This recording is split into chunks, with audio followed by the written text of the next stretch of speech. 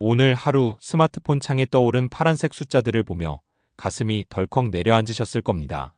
평소처럼 출근길에 주식창을 열었는데 지수가 마이너스 5%, 8%를 넘어 10% 가까이 곤두박질 치는 모습을 보며 설마 내 눈이 잘못됐나 싶으셨을 거예요.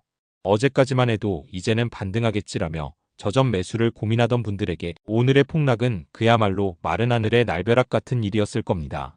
지금 이 순간 여러분이 느끼는 그 막막함과 공포는 단순히 숫자가 줄어들어서가 아닙니다. 내가 믿어왔던 경제적 상식과 안전장치가 한순간에 무너졌다는 배신감 때문이겠죠. 여기서 제가 여러분께 아주 냉정한 질문 하나를 던져보겠습니다. 여러분은 지금의 이 폭락이 그저 지나가는 소나기라고 생각하시나요? 아니면 우리가 한 번도 경험해보지 못한 거대한 지각 변동의 시작이라고 생각하시나요? 만약 전자라고 믿고 무작정 버티기만 한다면 오늘 사라진 여러분의 자산은 다시는 돌아오지 않을 수도 있습니다. 하지만 지금의 위기가 왜 벌어졌는지 그 본질적인 이유를 정확히 이해한다면 오히려 남들이 패닉에 빠져 도망칠 때 여러분은 인생을 바꿀 기회를 찾게 될 것입니다. 오늘 영상 끝까지 함께 하시면 2026년 이 혼돈의 시장에서 여러분의 소중한 자산을 지키고 나아가 수익으로 전환할 수 있는 구체적인 자산 배분 전략과 투자 태도를 명확히 짚어드리겠습니다. 지금 우리가 마주한 2026년의 경제 위기는 과거 우리가 겪었던 2008년 금융위기나 2020년 팬데믹 때와는 차원이 완전히 다릅니다. 당시에는 시장이 무너지면 중앙은행이 돈을 풀어서 해결해준다는 일종의 공식이 있었습니다. 주가가 빠지면 금리를 내리고 유동성을 공급해서 억지로라도 끌어올렸죠. 그래서 우리는 존버는 승리한다 혹은 위기는 곧 기회다라는 말을 신봉하게 되었습니다. 하지만 지금은 어떤가요? 중동에서 시작된 지정학적 리스크가 전면전 수준으로 확산되면서 에너지 가격이 통제 불능 상태로 치솟고 있습니다. 원유와 가스 가격이 폭등하는데 금리를 내릴 수 있을까요? 아니요, 물가가 무서워서 함부로 돈을 풀 수도 없는 진퇴양난의 상황입니다. 과거의 공식이 더 이상 통하지 않는 이유는 바로 공급망의 붕괴와 자원 전쟁이 결합되었기 때문입니다. 예전에는 돈만 있으면 어디서든 물건을 사올 수 있었지만 이제는 국가 간의 벽이 높아지면서 자원이 곧 권력이 된 시대입니다. 이란의 지정학적 리스크가 터지자마자 환율이 1,500원을 육박하며 우리 증시를 핥히고 지나간 것은 우리나라처럼 자원 빈국이자 수출 주도형 국가에게는 치명타가 될 수밖에 없습니다. 외국인들이 오늘 하루 만에 수조 원의 매물을 쏟아내며 한국 시장을 탈출한 이유도 여기에 있습니다. 그들은 단순히 한국 기업의 실적이 나빠질 것을 걱정하는 게 아니라 한국 경제의 구조적 안전판이 흔들리고 있다고 판단한 것입니다. 여러분, 오늘 코스피와 코스닥이 10% 가까이 폭락하며 사이드카와 서킷 브레이커가 동시에 발동된 것은 시장이 우리에게 보내는 강력한 경고장입니다. 사이드카가 발동됐다는 건 선물 시장이 요동치니 프로그램 매매를 잠시 멈추고 냉정해지라는 신호고, 서킷 브레이커는 시장 전체에 잠시 숨 고르기를 하며 이성을 찾으라고 강제로 셔터를 내린 겁니다. 그런데도 장이 열리자마자 하락폭이 더 커졌다는 건 지금 투자자들이 느끼는 공포가 이성적인 판단 범위를 넘어섰다는 뜻입니다. 왜 하필 지금일까요? 왜 2026년 들어서 유독 이런 변동성이 커지는 걸까요? 그건 바로 우리가 지난 몇 년간 누려왔던 저금리와 무한 유동성의 파티가 끝나고 그 청구서가 한꺼번에 날아오고 있기 때문입니다. 부채로 쌓아 올린 성은 바람이 조금만 불어도 흔들리기 마련입니다. 오늘 중동에서 들려온 비보가 그 성의 기초를 흔드는 강력한 강풍이 된 셈이죠. 여러분이 지금 들고 계신 종목들이 우량주라고 해서 안심할 수 없는 이유도 여기에 있습니다. 시장 전체의 체력이 바닥난 상태에서는 대장주든 잡주든 상관없이 중력의 법칙을 따라 아래로 끌려 내려가게 됩니다. 하지만 기억하세요. 모든 사람이 절망을 노래할 때가 사실은 가장 냉철해져야 할 때입니다. 1997년 IMF 외환위기 때도 2008년 리먼 사태 때도 결국 살아남아 불을 일군 사람들은 공포에 휩쓸려 투매에 동참한 사람들이 아니라 시장의 시스템이 어떻게 작동하는지 이해하고 그 안에서 자신의 포지션을 재구축한 사람들이었습니다. 지금의 하락은 단순한 조정이 아니라 패러다임의 전환입니다. 이제부터는 지금까지 우리가 알고 있던 무지성 적립식 투자나 낙폭 과대주 매수 같은 전략은 잠시 접어두어야 합니다.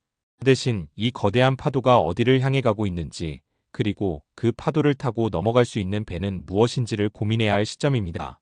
우리는 지금 사이드카와 서킷 브레이커라는 생소한 용어들이 뉴스 헤드라인을 장식하는 역사적인 순간을 지나고 있습니다. 이 장치들이 왜 만들어졌고 왜 오늘 우리에게 나타났는지, 그리고 이 혼란 속에서 3040 세대부터 5060 세대까지 각자의 연령대에 맞는 생존 전략은 무엇인지 이제 하나씩 깊이 있게 파헤쳐 보겠습니다. 단순히 무서워하고만 있을 시간이 없습니다. 지금 당장 눈앞의 하락에 일희일비하기보다 10년 뒤 여러분의 자산 성적표를 바꿀 결정적인 판단을 내려야 할 때입니다. 이제 본격적으로 오늘 우리가 겪은 이 무시무시한 사태의 속살을 한번 파헤쳐 보겠습니다. 뉴스에서 종일 흘러나오는 사이드카니, 서킷 브레이커니 하는 용어들 들어는 봤지만 정확히 이게 내 계좌랑 무슨 상관인지 헷갈리셨을 거예요. 아주 쉽게 비유를 들어볼게요. 여러분이 아주 높은 빌딩의 엘리베이터에 타고 있다고 상상해 보세요. 갑자기 엘리베이터 줄이 끊어지면서 아래로 무섭게 추락하기 시작합니다. 이때 첫 번째로 작동하는 비상제동 장치가 바로 사이드카입니다. 엘리베이터가 너무 빨리 떨어지니까 기계가 스스로 판단해서 잠깐 속도가 너무 빨라. 5분만 멈춰서 기계 열 좀 시키자라고 하는 거죠. 주로 기관이나 외국인들이 사용하는 자동 매매 프로그램들이 미처 날뛰지 못하게 브레이크를 거는 겁니다. 그런데 문제는 이 사이드카라는 브레이크가 작동했는데도 추락 속도가 줄어들지 않을 때입니다. 엘리베이터가 건물 바닥을 뚫고 지하실까지 내려갈 기세라면 그때는 건물 관리인이 달려와서 아예 건물의 메인 전원을 내려버립니다. 이게 바로 서킷 브레이커입니다. 오늘 우리 증시가 오전 11시에 20분 동안 모든 거래가 중단됐던 그 상황이죠. 자, 다들 일단 밖으로 나가서 심호흡하고 오세요. 지금 여러분 제정신 아닙니다라고 시장이 강제로 휴식을 선언한 겁니다. 우리나라 역사상 이 두 장치가 한꺼번에 그것도 이틀 연속으로 발동된 적은 손에 꼽을 정도입니다. 그만큼 지금 시장은 이성을 잃은 상태라는 거죠. 그렇다면 왜 이런 일이 벌어졌을까요? 경제학에는 정보의 비대칭성이라는 용어가 있습니다.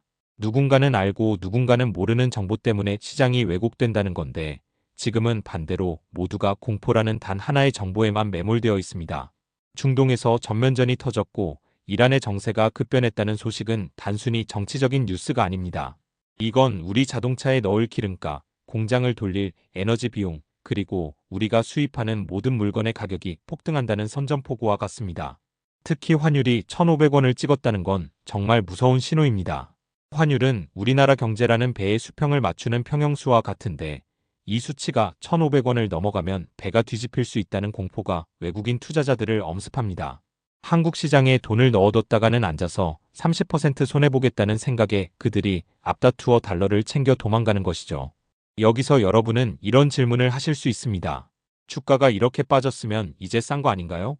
삼성전자나 현대차 같은 우량주들은 이럴 때 사모아야 하는 것 아닌가요? 라고 말이죠. 네, 이론적으로는 맞습니다. 가치 투자자들은 남들이 피를 흘릴 때 사라고 하죠. 하지만 지금은 상황이 조금 다릅니다. 이걸 경제학에서는 유동성 함정이라고 부르는데 아무리 금리를 낮추고 돈을 풀어도 사람들이 돈을 쓰지 않고 움츠러드는 현상을 말합니다.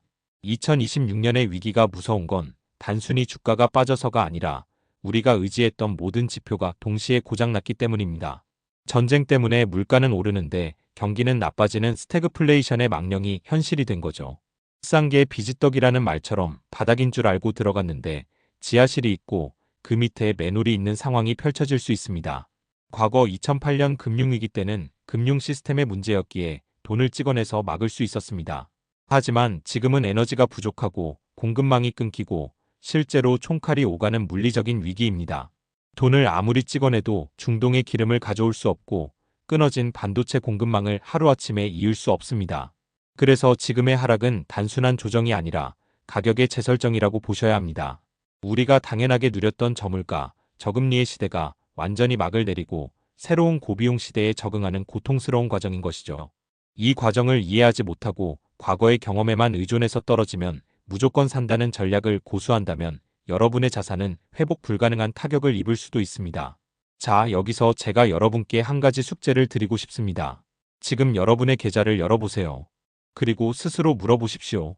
만약 내일 또 10%가 빠진다면 나는 이 종목을 믿고 버틸 수 있는가? 아니면 밤잠을 설치며 괴로워할 것인가? 이 질문에 확신이 서지 않는다면 여러분은 지금 투자가 아니라 도박을 하고 계신 겁니다. 여러분은 지금 이 폭락장에서 어떤 종목이 가장 걱정되시나요? 혹은 반대로 이 위기가 지나가면 어떤 자산이 가장 크게 웃을 것이라고 생각하시나요? 여러분의 솔직한 생각과 지금의 심정을 댓글로 남겨주세요. 혼자 고민하면 괴롭지만 함께 나누면 시장을 이겨낼 지혜가 보입니다. 여러분이 남겨주시는 댓글 하나하나가 내일경제 채널이 더 날카로운 통찰을 준비하는데 큰 힘이 됩니다. 지금처럼 혼란스러운 시기일수록 중심을 잡는 공부가 필요합니다.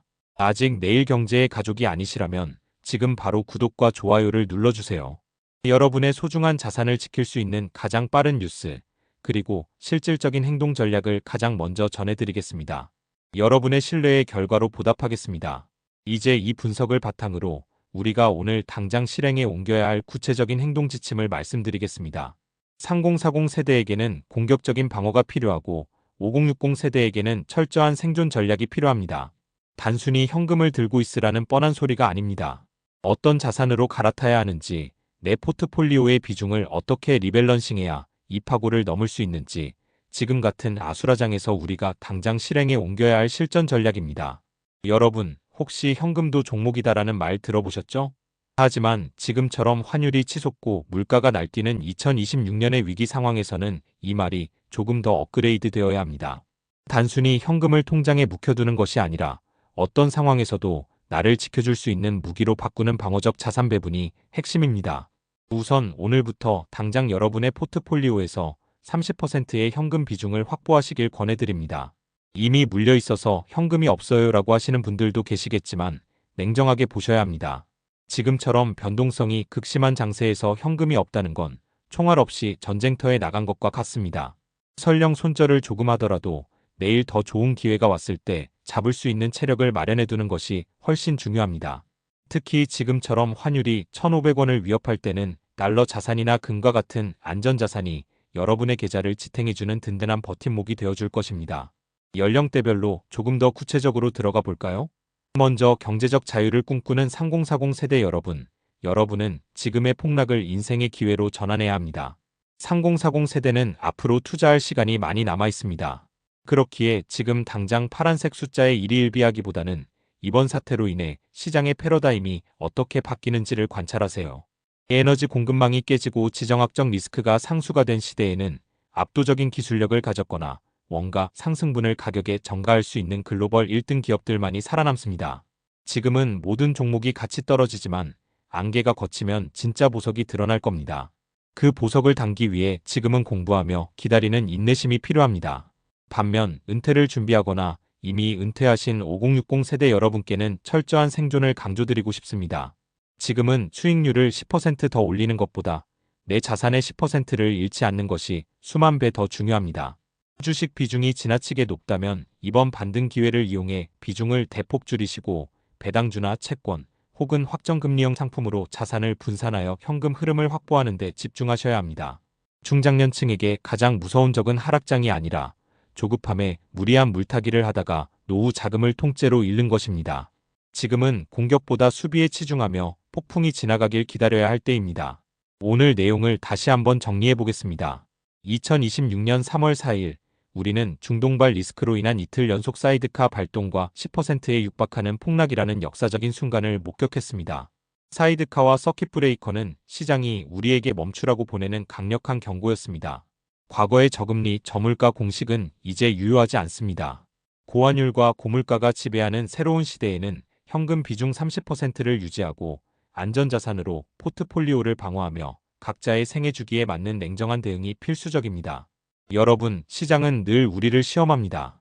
공포는 전염병처럼 번지지만 그 공포가 정점에 달했을 때 비로소 진정한 부의 재편이 일어납니다. 오늘 밤 잠자리가 뒤숭숭하시겠지만 기억하세요.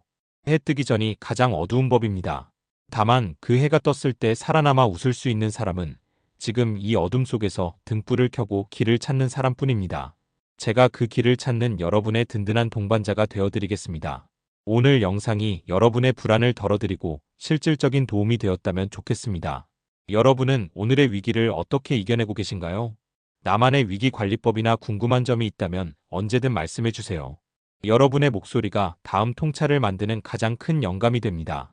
내일은 오늘보다 더 나은 경제적 내일을 맞이하시길 진심으로 응원합니다. 지금까지 내일경제였습니다. 감사합니다.